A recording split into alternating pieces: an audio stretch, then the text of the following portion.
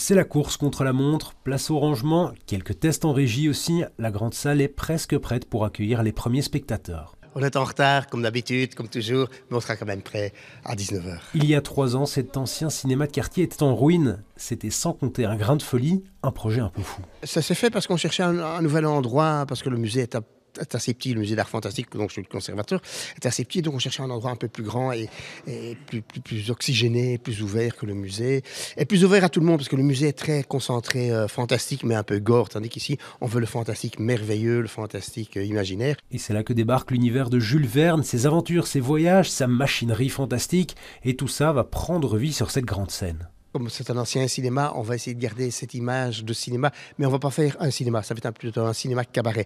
On va refaire des diffusions de films évidemment d'art et d'essai, on va pas passer le dernier James Bond, c'est pas le cadre, et donc faire aussi des projections thématiques sur l'univers de Jules Verne, de tous les films qui ont été réalisés autour de son œuvre. En parallèle, des expos vont investir les lieux, la première est déjà prête. Focus sur Alice Guy, la première réalisatrice de l'histoire du cinéma, derrière la caméra de centaines de petits films, ou plutôt des photoscènes. Le principe, c'était de enregistrer un chansonnier de l'époque, de graver un micro-sillon. Après, on le faisait jouer en playback et on le filmait. Et après, on diffusait à la fois l'image et le son sur le micro-sillon.